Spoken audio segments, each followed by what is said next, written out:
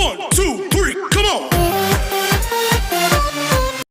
Hello friends, जैसा कि अपना चल रहा है ज्योग्राफी के अकॉर्डिंग अपन क्या पढ़ चुके हैं। अभी अपन ने पूरा यूनिवर्स खत्म किया है और इसके बाद अपन ने इंटरनल स्ट्रक्चर ऑफ अर्थ वाला पार्ट उठाया था, यानी कि जियोमॉर्फोलॉजी के अंतर्गत पूरा इंटरनल स्ट्रक्चर यानी कि पृथ्वी की आंतरिक संरचना पढ़ी है, जिसमें आपको काफी कुछ सीखने को मिला होगा। और इसके बाद अपन ने क्या पढ़ा था कि यानी कि क्या होती है ज्वालामुखी, वोल्केनो के बारे में पूरा पढ़ा है। कौन सा ज्वालामुखी कहाँ पर पाया जाता है, कौन सा ऊंचा ज्वालामुखी है, कौन सा ज्यादा सक्रिय ज्वालामुखी है, कौन सा शांत ज्वालामुखी है। इस तरीके से अपन ने पूरा वोल्केनो वाला पार्ट कवर किया है। और इसके बाद इससे पहले अपन ने क्या पढ़ा था, जितनी भी रॉक्स थी उन सारी रॉक्स के बारे में बताया था। ठीक है, उसके बाद अपन ने आज जो टॉपिक उठाया है उस टॉपिक के बारे में बता दूं कि आज अपन पृथ्वी की गतियां यानी कि मोशन ऑफ अर्थ के बारे में पढ़ रहे हैं। और इसके बारे में आपको काफ़ी कुछ सीखने को मिलेगा। क्या हमारी पृथ्वी पर इस पृथ्वी की घूर्णन गति या पृथ्वी की परिक्रमण गति के कारण क्या क्या घटित होता है। अगर पृथ्वी गति नहीं करती तो क्या होता, पृथ्वी पश्चिम से पूर्व की ओर ही क्यों घूमती है, अगर पृथ्वी की गति को रोक दिया जाए तो क्या होगा, और यदि पृथ्वी गति कर रही है तो हम क्यों नहीं घूमते। एक कई सारे क्वेश्चन आपके मन में रहते होंगे और रहे भी होंगे। शायद आज आपका जितना भी इन सबको शायद और क्यों वाला जो आपके मन में जो डाउट रहे वो आज पूरा क्लियर हो जाएगा।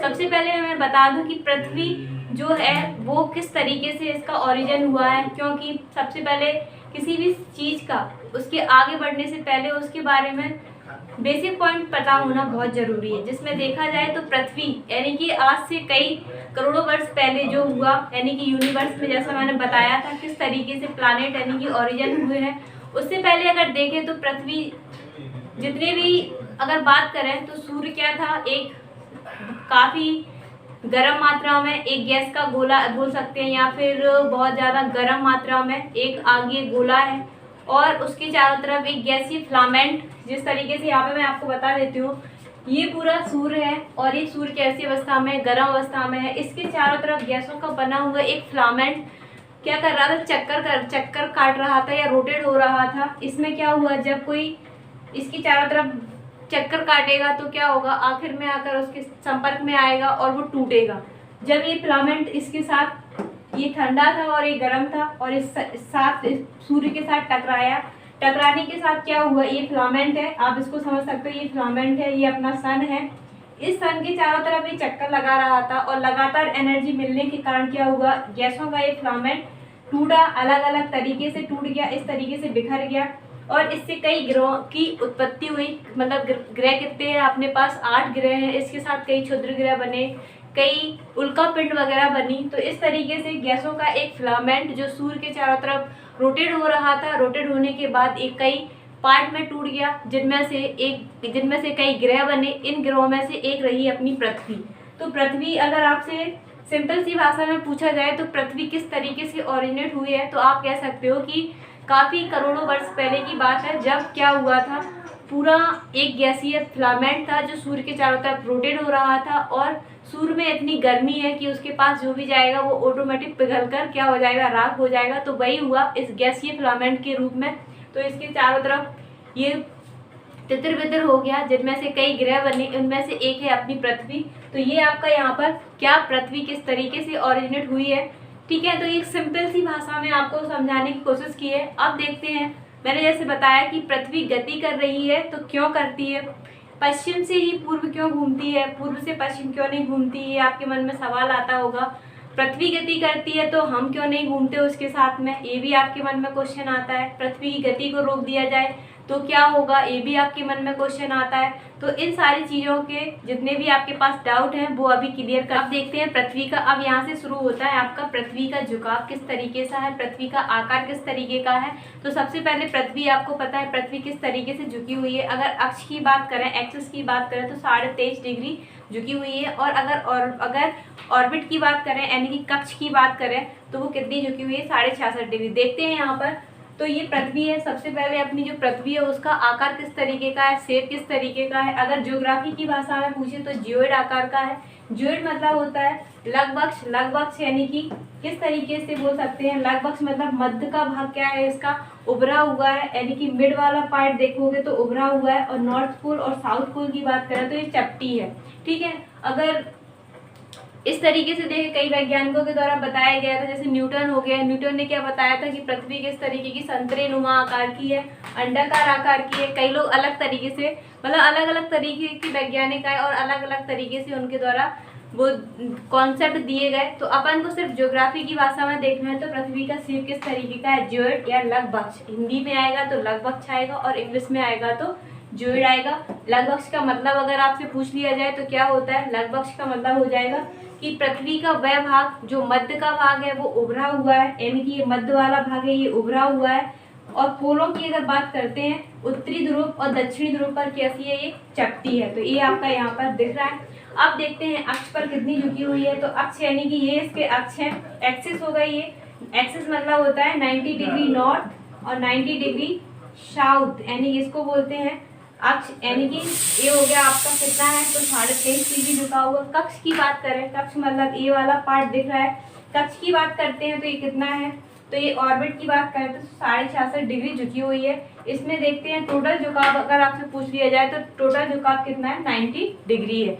इसके बाद अपन देखते हैं पृथ्वी की गति। अगर बात करें पृथ्वी गति क्यों कर रही है, तो अपन देखते हैं कि पृथ्वी की गति यानी कि अक्ष पर झुकाव। अगर आपसे पूछ लिया जाए कि पृथ्वी क्यों गति कर रही है, तो आपका ये क्वेश्चन यहाँ से, यानी कि आपका ये क्वेश्चन है वो यहाँ पर आपका क्लियर हो जाएगा कि पृथ्वी जो है, आपको दिख रहा होगा ये अपनी पृथ्वी बनी है अकॉर्डिंग टू मैप। अपन ने इसको थोड़ा सा कल्पना की है, उस तरीके से देखते हैं कि ये अपनी पृथ्वी है। पृथ्वी में देखते तो ये इसका झुकाव है। अक्ष की बात करें तो अक्ष पर इतनी झुकी हुई है, 23.5 डिग्री अक्ष पर झुकी हुई है।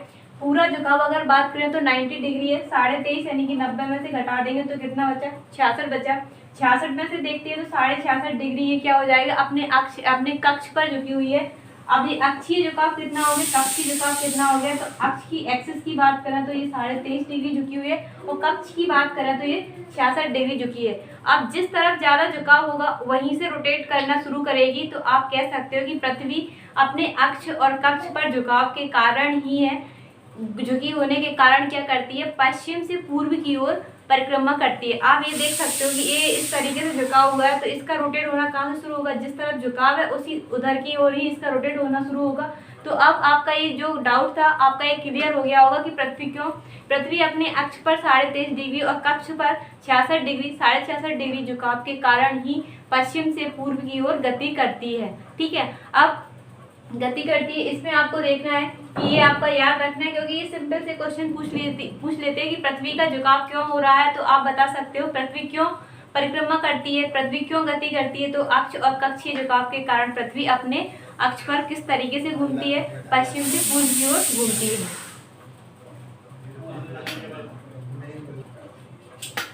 अब आपके दो क्वेश्चन होंगे कि यदि पृथ्वी घूम रही है तो वो सारी चीजें, यानी कि हमें भी घूमना चाहिए। ये अगर आप देखें कि पृथ्वी घूमती है तो पृथ्वी पर जितनी चीजें हैं वो सारी उसके साथ ही रोटेट होती हैं, बस इतना है कि हमको दिखाई नहीं देता, हमको महसूस नहीं होती। तो आपका ये क्वेश्चन क्लियर हो गया कि पृथ्वी घूम रही है तो हम क्यों नहीं घूमते।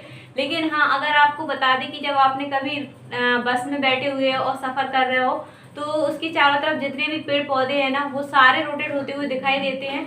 ठीक है, तो ये आपको वहां पर आप इस एग्जाम्पल को शो कर सकते हो कि पृथ्वी घूम रही है तो हमें ये चीजें दिखाई दे रही हैं। लेकिन अपन क्यों नहीं घूमते, तो अपन इस चीज को महसूस नहीं कर पाते, इस कारण से अपन, तो ये आपका हो गया पृथ्वी घूम रही है तो हम क्यों नहीं घूम रहे हैं, बस यही बताना कि हमें वो चीजें महसूस नहीं होती, लेकिन सारी चीजें उसके साथ घूमती हैं। दूसरा, अगर पूछा जाए कि गति, अगर पृथ्वी की गति को रोक दिया जाए, अगर जो पृथ्वी है उसकी गति को रोक दिया जाए तो क्या होगा। अगर पृथ्वी की गति को रोक दिया जाए तो जितना भी महासागर, समुद्र और महासागरों और समुद्रों का जो पानी है ना वो पूरा पृथ्वी की चारों तरफ धरातल पर फैल जाएगा और एक बहुत ही बड़ा भूचाल, यानी कि बहुत अधिक मात्रा में क्या होगा, बहुत बड़ा संकट खड़ा हो जाएगा। क्योंकि पानी हमेशा क्या करता है, पूर्व से पश्चिम की ओर रोटेट होता है। तो यही है कि पृथ्वी की गति को अगर रोक दिया जाए तो पूरी पृथ्वी पर पानी में, यानी कि पूरी तरह से जलमय हो जाएगा और एक बहुत बड़ा संकट उपस्थित हो जाएगा।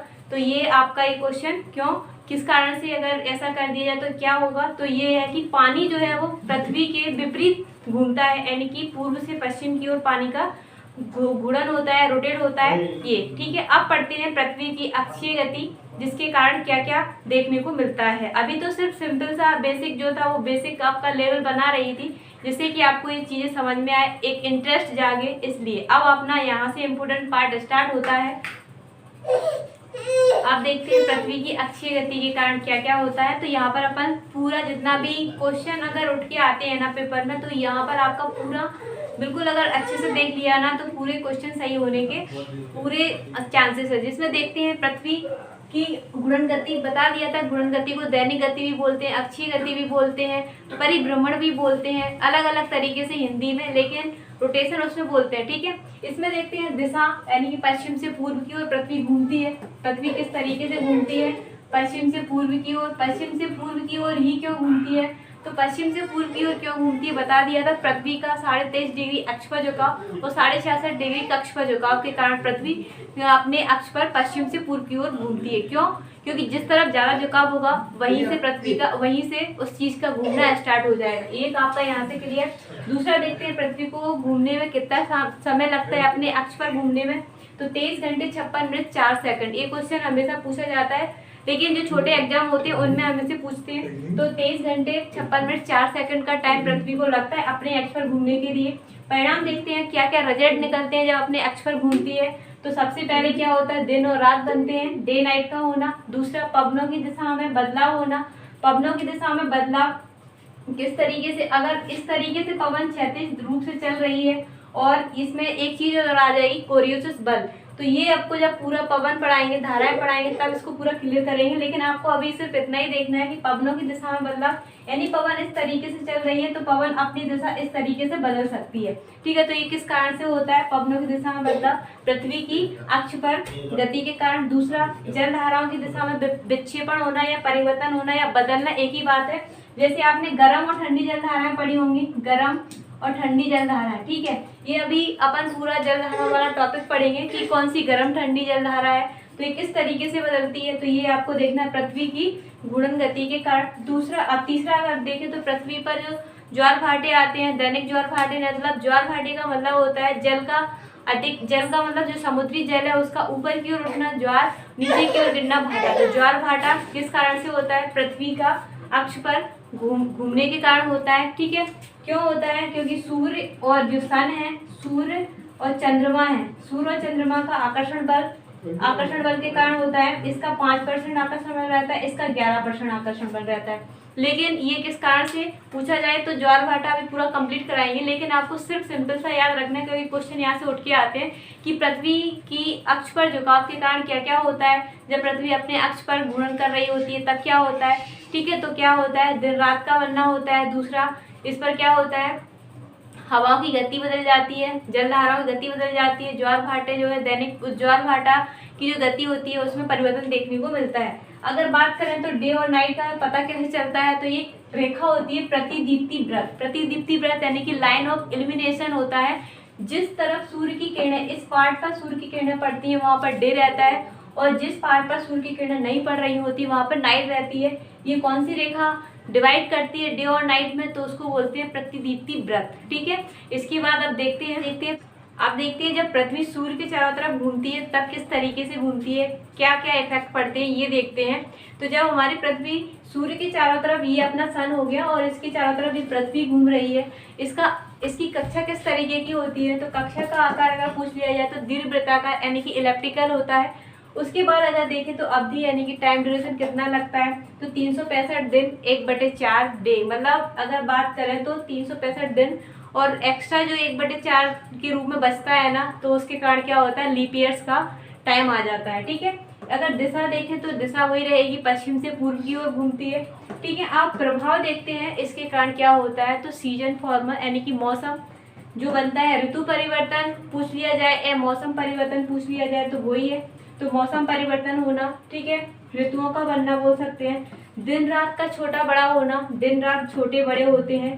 कर्क और मकर रेखा का निर्धारण, अब पूछोगे आपकी कर्क और मकर यानी ट्रॉपिकल और जो कैंसर है वो किस तरीके से निर्धारित होती है, तो जहाँ पर सूर्य की किरणें सबसे लंबवत पड़ती हैं उसी तरीके से इनका निर्धारण किया जाता है। ये हो गया अपना पूरी पृथ्वी, यहाँ पर ये हो गया अपना 0 डिग्री, और ये यहाँ पर कर्क, ये नीचे मकर। तो क्या होता है जब सूर्य इस तरीके से नॉर्थ पोल में होता है तो कर्क रेखा पर ये क्यों हो रहा है, तो पृथ्वी क्या कर रही है, सूर्य के चारों तरफ रोटेट हो रही है, और अक्षांश और देशांतर ये रेखाएं कहाँ पर है, पृथ्वी पर ही तो खींची गई है। लेकिन ये किस तरीके से निर्धारित की गई है, जहाँ पर सूर्य की रोशनी यानी कि जहाँ पर सूर्य का प्रकाश पड़ता है उसके आधार पर इनको खींचा गया है। तो आपसे ये क्वेश्चन पूछा गया है कि कर्क और मकर रेखा का निर्धारण किस कारण से होता है। तो आपसे पूछा जाएगा पृथ्वी की घूर्णन गति के कारण या परिक्रमण गति के कारण। तो अब इस सिंपल सा याद रखना है, पृथ्वी जब सूर्य के चारों तरफ परिक्रमा कर रही होती है और जहाँ पर प्रकाश सबसे अधिक होता है उस तरीके से हमारी पृथ्वी पर अलग अलग रेखाएं खींची गई हैं। तो उसी तरीके से कर्क और मकर रेखा का निर्धारण किया गया है। किसके कारण? परिक्रमण गति के कारण। उपस्वर और अपस्वर मैंने पिछले वीडियो में भी बताया था, ठीक है, इससे पहले वीडियो डाले थे। लेकिन ये जो नए स्टूडेंट जुड़े हैं ना, उनके लिए ये उपस्वर और अपस्वर क्या होता है, जब सूर्य पृथ्वी सूर्य के बिल्कुल पास में आ जाती है और दूर चली जाती है, तो वो बात है। इसको अभी बिल्कुल डिटेल में पढ़ेंगे, किस तरीके से विषुव होते हैं, किस तरीके से कर्क संक्रांति, मकर संक्रांति, कहाँ पर किस महीने में किस महीने में कौन सी तारीख को बड़ा दिन होता है, कौन सा छोटा दिन होता है, ठीक है। तो ये पूरा टॉपिक अपन अभी कल देखते हैं, ठीक है।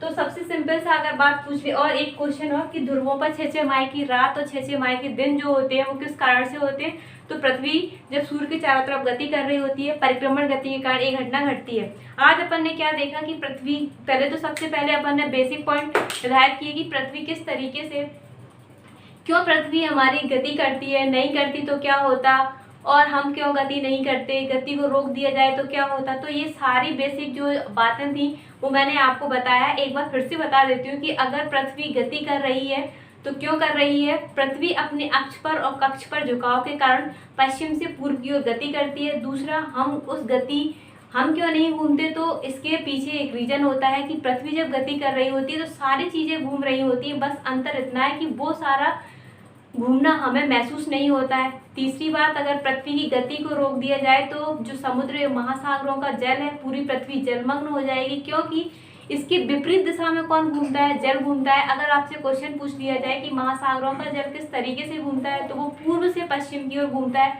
ये ठीक है। अगर आपसे, अब अपन ने पृथ्वी की गतियों के बारे में देखा तो 2 तरीके से होती है, अक्ष पर घूमती है, यानी कि अपने खुद की कक्षा में खुद के अक्ष पर घूमती है, तो उस तरीके से उसका वृत्ताकार पथ होता है। तो उसके कारण क्या होता है, तो आपने देखा कि उससे क्या होता है, ठीक है। इसके बाद आपने देखा कि अगर पृथ्वी अपने अक्ष के बाद सूर्य के चारों तरफ परिक्रमा कर रही होती है तो क्या होता है। तो ये यहाँ से सिंपल से क्वेश्चन उठ के आते हैं, आपको एक भी क्वेश्चन गलत नहीं करना है, क्योंकि ये पूरा बता दिया है। और यहाँ से आप, मुझे उम्मीद है कि आप अपना क्वेश्चन गलत करके नहीं आओ, क्योंकि ये सबसे सिंपल और सबसे सरल टॉपिक होता है जहाँ से क्वेश्चन पूछे ही जाते हैं। इसके बाद अपन कल देखते हैं क्या होते हैं विषुव, क्या होती है संक्रांति, किस तरीके से बड़ा दिन, किस तरीके से छोटा दिन होता है। तो कल के लिए आप हमारे साथ बने रहिए। प्लीज़ इस वीडियो को ज़्यादा से ज़्यादा लोगों को बताइए, शेयर कीजिए, सब्सक्राइब कीजिए।